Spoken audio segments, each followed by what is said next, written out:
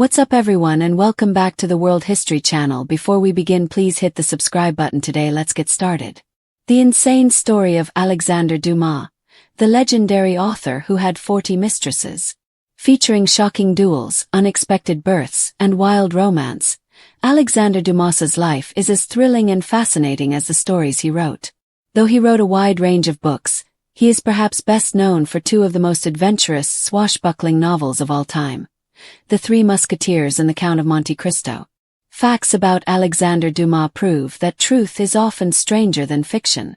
Born in France in 1802, Dumas grew up in the shadow of the Napoleonic Wars.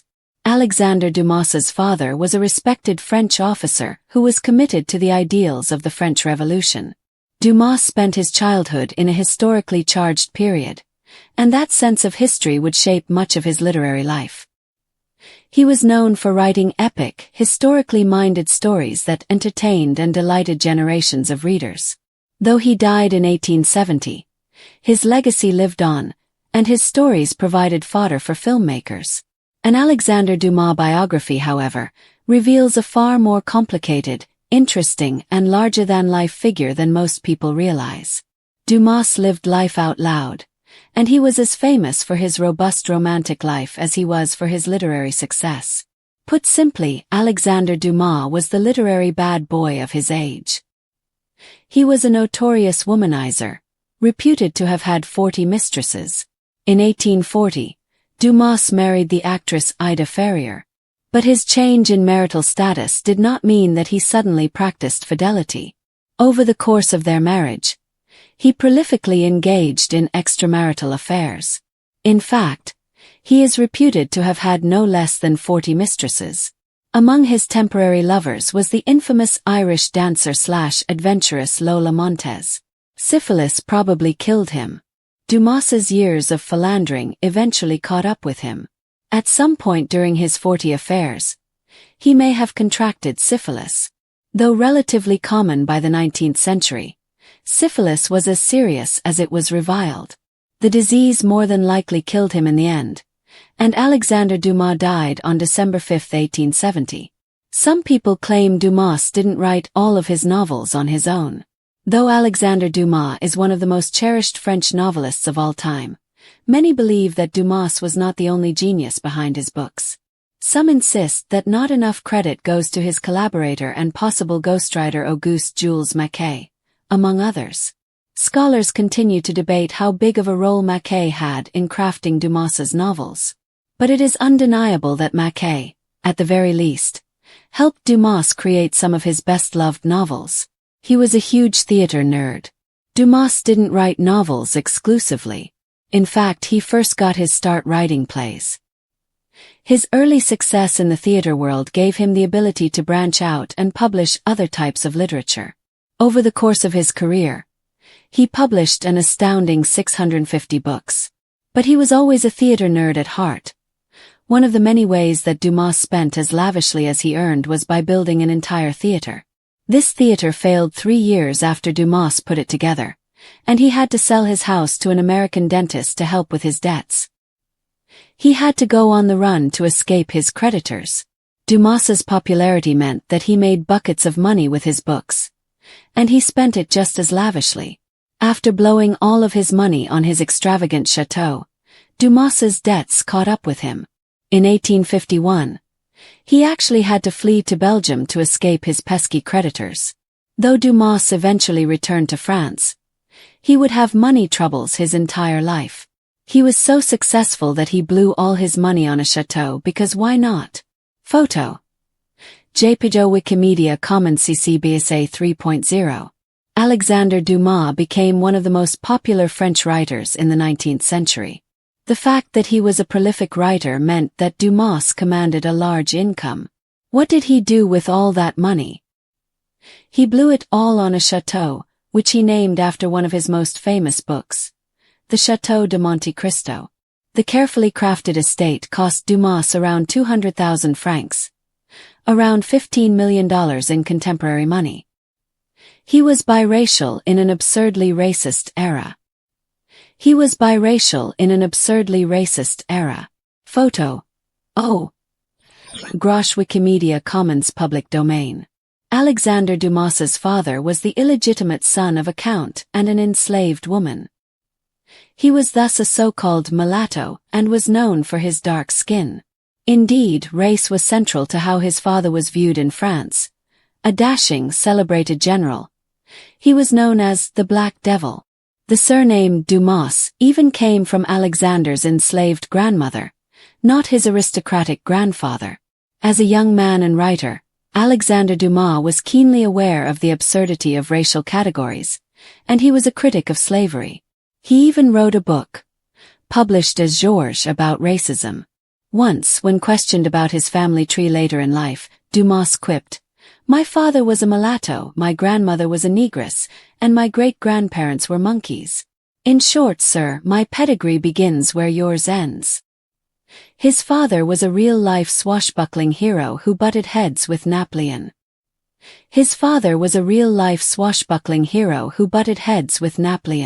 Photo. Olivier Pichet, Wikimedia Commons Public Domain. Alexandre Dumas wrote his heroic father into nearly all of his protagonists.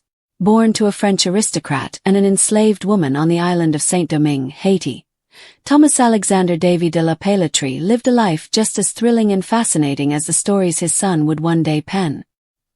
He became one of the most successful generals during the French Revolutionary Wars, and he often butted heads with a rival upstart by the name of Napoleon Bonaparte. Moreover, he was the highest-ranking black officer in a racist world. Dumas not only idolized his father, but also took inspiration from him. He often featured outsiders and men from diverse backgrounds as his characters. During his first duel, he lost his pants instead of his life. When Dumas came of age in the first half of the 19th century, dueling was still an important way to prove masculinity. But his very first duel didn't go exactly as he may have imagined. On January 5, 1825, Dumas fought a duel after his clothing style was insulted. Though fighting a duel sounds very heroic and romantic, the reality was not quite as swashbuckling as fans might imagine.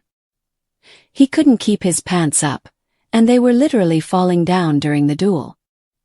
His eternal rest was cut short when his remains were dug up and reburied. After Alexandre Dumas died on December 5, 1870, he was buried near his parents outside of Paris. Some questioned why he was denied a burial beside other French greats like Victor Hugo and Voltaire in the Pantheon, the revered civic shrine. Indeed, racism more than likely played a part in denying Dumas the honor. But that all changed in 2002, when France decided it was time to honor Dumas with a reburial inside the Pantheon. So, on November 30, 2002, Dumas got an epic reburial ceremony, including men dressed as musketeers who carried his coffin to the Pantheon. His last book was published in the 21st century.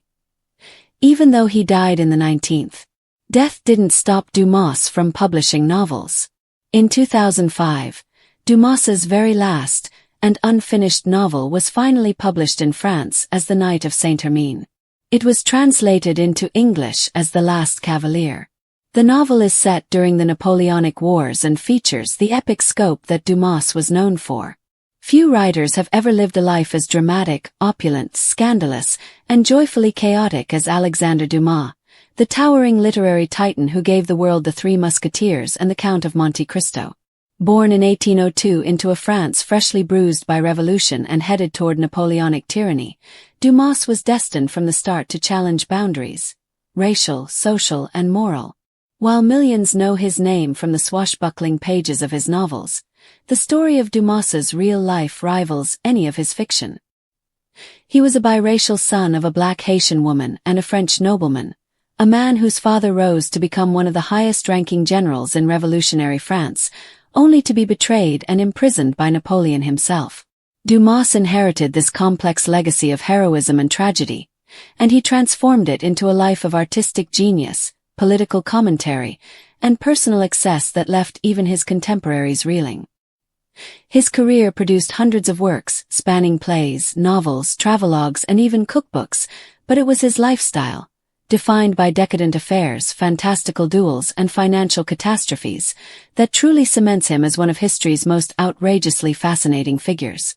Though married once, Dumas is said to have had as many as 40 mistresses throughout his life, a fact he didn't hide and that was almost expected of him by 19th-century Parisian society. His lovers included actresses, dancers, and adventuresses, most notably the scandalous Lola Montez.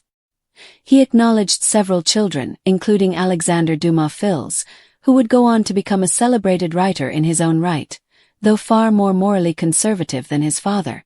Yet for all the tales of romance and conquest, Dumas's physical appetites may have had a price. Many historians believe he ultimately succumbed to complications from syphilis, a tragically poetic end for a man who lived and loved with such abandon. But not all of Dumas's scandals were carnal. Many were financial. For all his literary brilliance and immense popularity, he was almost compulsively irresponsible with money. At the height of his fame, he built an absurdly lavish estate named the Château de Monte Cristo, inspired by his fictional creation Edmond Dantes. This architectural fantasy featured secret tunnels, gardens, and even a Gothic writing tower. It was beautiful, eccentric, and expensive as hell, costing the modern equivalent of $15 million. Predictably, Dumas couldn't afford it, and his estate eventually had to be sold off to pay debts. He even fled to Belgium in 1851 to escape his creditors, a real-life Monte Cristo moment that underlined how thoroughly Dumas had blurred the line between his life and his fiction. Yet despite his money troubles, Dumas never stopped writing. Over the course of his life, he published over 650 books, often with the help of collaborators like Auguste Maquet. Their creative partnership was productive but contentious. Maquet accused Dumas of taking too much credit, while Dumas insisted his style and verve were what made the work sing. Scholars still debate how much Maquet contributed to Dumas's best-known works, but there's no denying Dumas was the public face, the creative engine, and the unstoppable force behind his own legend. Before he dominated the literary scene, Dumas first made a name for himself in the theater, writing plays that dazzled audiences and earned him connections in Paris's elite social and political circles. He adored the stage and even founded his own theater company. But true to Dumas' form, his ambition outpaced his financial common sense, and the theater went bankrupt within 3 years. One of his patrons, an American dentist of all people, had to buy his home to keep Dumas afloat. It wouldn't be the last time Dumas's dreams collapsed under their own weight. He lived extravagantly, spent compulsively, and always seemed to believe more success was just around the corner. And often he was right. Dumas's charisma was legendary. He was loud, bombastic, affectionate, and seemingly incapable of doing anything quietly. He loved food and even published a cookbook. He loved politics and threw himself into revolutionary causes. He loved women and had no shame in publicly loving several at once. He loved drama on and off the page. This flair was evident even in his duels. In one particularly absurd encounter, Dumas was challenged to a duel over his clothing. When he showed up to fight, his pants quite literally fell down. It's hard to imagine D'Artagnan suffering such indignity, but Dumas reportedly handled the situation with humor and aplomb, perhaps because he recognized that real life was often far messier and funnier than fiction. And yet, behind the laughter and bombast, there was an undercurrent of tragedy that defined Dumas's life. He was biracial in a society that treated race as a permanent stain. Though he moved freely through literary and aristocratic circles, he was frequently the target of racist jabs and outright attacks. Once, when someone insulted his heritage, Dumas shot back with a quip for the ages. "My father was a mulatto, my grandfather was a Negro, and my great-grandfather a monkey. You see, sir, my family begins where yours ends." That sharp wit, that refusal to be shamed, these were the tools Dumas used to carve out his space in a world that tried to define him as lesser. His father, Thomas Alexandre Dumas, had set the precedent. Born in Haiti to an enslaved woman and a French nobleman, he rose through military ranks to become a general who fought valiantly for revolutionary France. But his ideals brought him into conflict with Napoleon, who feared and marginalized him. Thomas Alexander was eventually imprisoned, and he died when young Alexander was just 4 years old. The stories of his father's heroism and the betrayal he suffered left an indelible mark on Dumas, who would spend his life writing characters who were brave, honorable, and profoundly betrayed. He poured his father's spirit into the Musketeers, into Edmond Dantes, into every avenging or swashbuckling hero who overcame impossible odds. Dumas didn't just write about courage. He embodied it in his refusal to be boxed in by his race, his birth, or his many public failures. In the second half of his life, Dumas traveled extensively, using his adventures as fodder for more books. He went to Russia, Italy, and even North Africa. He documented these journeys with the same gusto he gave to his fiction, turning himself into a character who could be admired, mocked, or mythologized, but never ignored. He remained politically active, siding with revolutionaries and frequently clashing with authorities. He was the people's writer and a romantic nationalist, forever chasing an ideal of liberty, honor, and drama. By the time Dumas died in 1870, he had become one of the most widely read authors in Europe. Yet, like many artists, his final years were marked by illness, financial instability, and a sense of fading relevance. His passing was overshadowed by the outbreak of the Franco-Prussian War. For decades after his death, critics dismissed him as a popular entertainer rather than a serious writer. But time has vindicated Dumas. His novels are now considered classics. His legacy is studied in universities. His life, one of passion, rebellion, scandal, and genius, continues to fascinate biographers and filmmakers alike. In 2002, the French government exhumed his body and reinterred it in the Pantheon, a monument to France's greatest citizens, where he now lies alongside Victor Hugo and Voltaire. The ceremony included a dramatic horse-drawn procession, complete with actors dressed as musketeers, exactly the sort of theatrical flourish Dumas would have adored. In the end, Alexandre Dumas was a contradiction.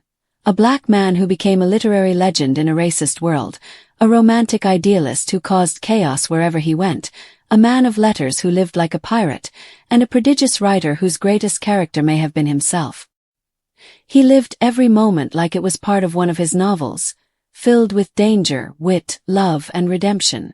Whether dueling with his pants down or thumbing his nose at French snobs, Dumas never stopped being Dumas. He didn't just write adventure. He was the adventure. And while the Three Musketeers may begin with the phrase, all for one and one for all, Alexandre Dumas lived more like, all for fun and fun for all. A rogue, a genius, and one hell of a storyteller. The phrase, golden age of cinema, conjures up images of brooding leading men and glamorous Hollywood alpha females. But the era was also an outrageous time of Hollywood cougars and scandalous seductresses, female movie stars who did what they wanted when they wanted, and were seemingly immune to the gossip their affairs stirred up. That's not to say that cheating is always the classiest move. Some of the icons on this list, like Vivian Leigh and Elizabeth Taylor, and their male cohorts of course, threw innocent third parties under the bus in shocking ways, by the standards of any era.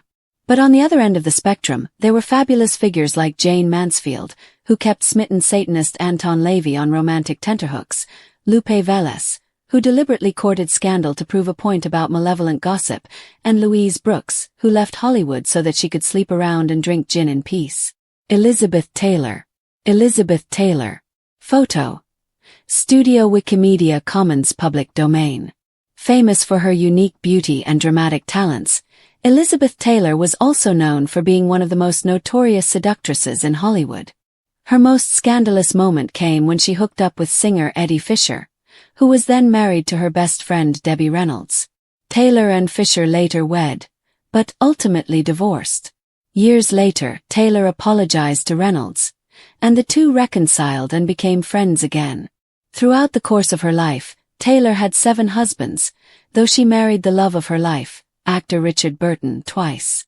After divorcing her final spouse, construction worker Larry Fortensky, in 1996, she apparently decided she'd had enough of men, and remained single until her death in 2011. Tallulah Bankhead. Tallulah Bankhead. Photo. Talbot via Wikimedia Commons public domain. Beautiful, rebellious, witty, and not afraid to occasionally alienate people by speaking her mind, Tallulah Bankhead was a one-of-a-kind sex symbol. Actor-writer Emlyn Williams described her voice as steeped as deep in sex as the human voice can go without drowning, and her appetites were legion. One of many memorable anecdotes, as recounted by The New Yorker, involved a second-rank actor named John Emery, whom Tallulah had picked up on the summer circuit and rather casually married. Emery was good-looking, capable, and amiable. Best of all, he bore a marked resemblance to John Barrymore, and not only in profile. Years earlier, when Barrymore revealed himself to her in his dressing room, Tallulah had sworn to herself and anyone within earshot never to sleep with any man who wasn't hung like Barrymore, and went on to claim that she had stuck to her word. Since she also claimed 500 or more conquests, perhaps she wasn't always so picky. One of Tallulah's party tricks was to escort guests to the master bedroom, fling back the covers from the bed in which Emery was sleeping, and crow, "Did you ever see a prick as big as that before?" Photo. Metro-Goldwyn-Mayer. Best known for, splendidly, bringing both Scarlett O'Hara and Blanche DuBois to life, Vivien Leigh was also known for her intensity and her beauty. But success, and her notoriously volatile marriage to Sir Laurence Olivier, didn't come easily or ethically. According to one of the many documentaries made about her, Leigh went to see Laurence Olivier in a play and declared, "That's the man I'm going to marry." And a friend of hers who was with her had to point out, "Well, actually you're already married." But this was all part of this ruthless ambition. People were to be cast by the wayside in those early days, until she achieved what she really wanted.